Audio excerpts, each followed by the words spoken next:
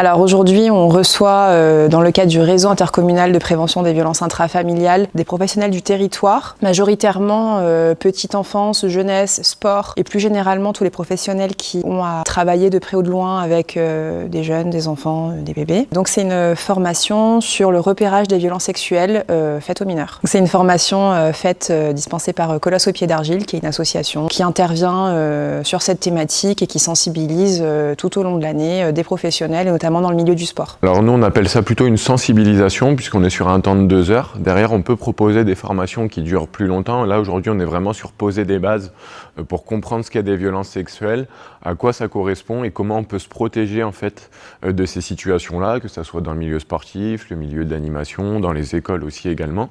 Et le but aussi derrière c'est de faire comprendre que des enfants peuvent avoir des signaux d'alerte, peuvent se sentir en difficulté par rapport à pas mal de choses. Donc on va aussi apprendre à repérer ces signaux d'alerte et une fois qu'on a repéré, peut-être orienter ces enfants vers des personnes qui pourront les aider ou voire même parfois même faire des signalements. Alors les signaux d'alerte, ils peuvent prendre plusieurs formes. Ça peut être un renfermement sur soi-même, ça peut avoir le développement des addictions également, la baisse des notes à l'école, la hausse des performances sportives dans le milieu sportif. On voit qu'un athlète qui est victime dans le sport peut se surentraîner pour essayer en fait d'oublier ce qui s'est passé. Donc voilà, ça peut prendre vraiment pas mal de formes. On sait qu'il y a les scarifications aussi parfois malheureusement chez les jeunes. Donc on va essayer d'échanger sur tous ces petits signaux en fonction de l'âge aussi. Pour des bébés, il peut y en avoir déjà. Pour des adolescents, ça peut être d'autres signaux d'alerte. C'est vrai que là, en ce moment, l'actualité, on entend beaucoup de ce genre d'affaires. Donc ça permet encore plus la libération de la parole. Nous, c'est pour ça aussi que outre la sensibilisation qu'on propose, la formation des professionnels, on a aussi des pôles d'accompagnement des victimes avec des juristes, des psychologues qui permettent en fait d'accompagner toutes les victimes qui le souhaitent.